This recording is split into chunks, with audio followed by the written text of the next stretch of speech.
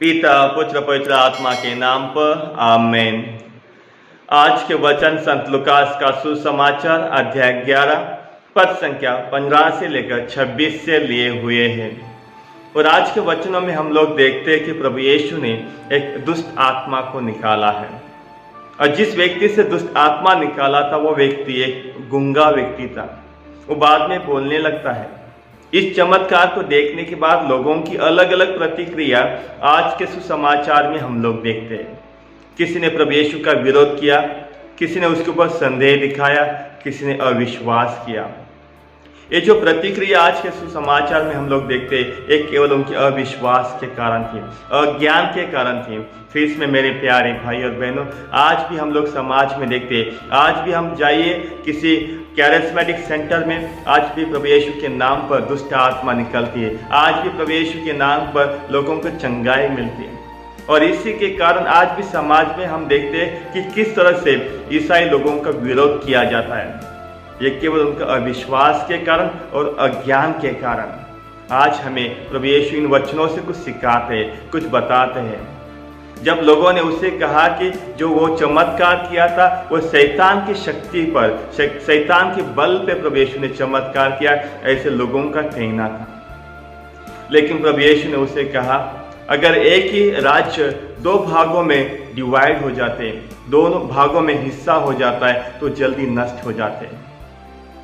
उसी तरह प्रभु यीशु और एक उदाहरण उन्हें देते हैं, अगर एक ही परिवार दो हिस्सों में बांट जाता है तो वो जल्दी नष्ट होता है।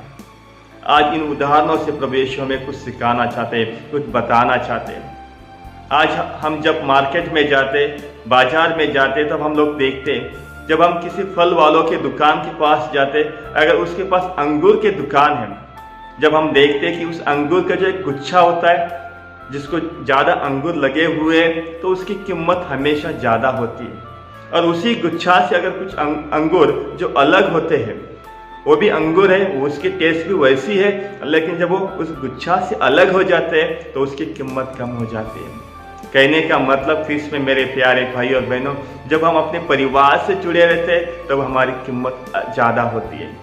आज हमें प्रभु यीशु यही बताते कि आज हमें उस परिवार से जुड़ने के लिए बुलाते हैं। हमें आज एक दूसरों से अलग नहीं होना है, बल्कि एक दूसरों से जुड़ना है। इन वचनों के द्वारा प्रभु यीशु हमें कुछ बताते, कुछ समझाना चाहते हैं कि हमारे जीवन में लोग हमारे विरोधी बन सकते, लोग हमारे सफलता के ऊपर संदेह कर सकते। आज हम देखते कि जब हमारे जीवन में हम सफलता तक पहुंचते, हमारी मंजिल तक पहुंचते, तो लोग बोलने के लिए होते, यार इसने ये किस तरह से पैसा कमाया, मैं तो इसको अच्छी तरह से जानता हूँ, तो और इसने कुछ काला धंधा का काम किया होगा, 2 नंबर का काम किया होगा, कुछ गलत रास्ता चुना होगा, इसलिए वो अमीर बनाए, इसीलिए आज उसके पास पैसा है, धन दौलत है।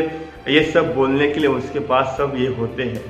लेकिन आज प्रभु यीशु हमें सिखाते कि आज हमें उनके ऊपर ध्यान नहीं देना है। अगर हमारा मार्ग सच्चाई और ईमानदारी और विश्वास का है, तो आज हमें आगे बढ़ने के लिए प्रभु यीशु बताते हैं। ये बातें सब सुनने के बाद आज हमें प्रभु यीशु अपने आप को नीचे नहीं दिखाना है, बल्कि आज हमें आगे बढ़ने के लिए प्रभु यीशु बुलावा देते हैं। हमारे जीवन में भी ऐसे कुछ लोग आ सकते हैं, जैसे प्रभु यीशु को उन्होंने विरोध किया था, उनके कामों पे ऊपर संदेह किया था।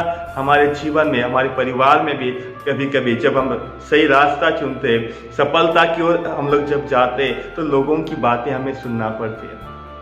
लेकिन प्रभु यीशु के वचनों से आज हमें प्रभु यीशु सिखाते, जहाँ प्रेम है, दया है, शांति, वहाँ पे पवित्र आत्मा का निवास है, वहाँ पे पवित्र आत्मा है। और इसलिए प्रभु यीशु ने उनसे कहा था, जहाँ पे पवित्र आत्मा है वहाँ पे स्वर्ग राज है।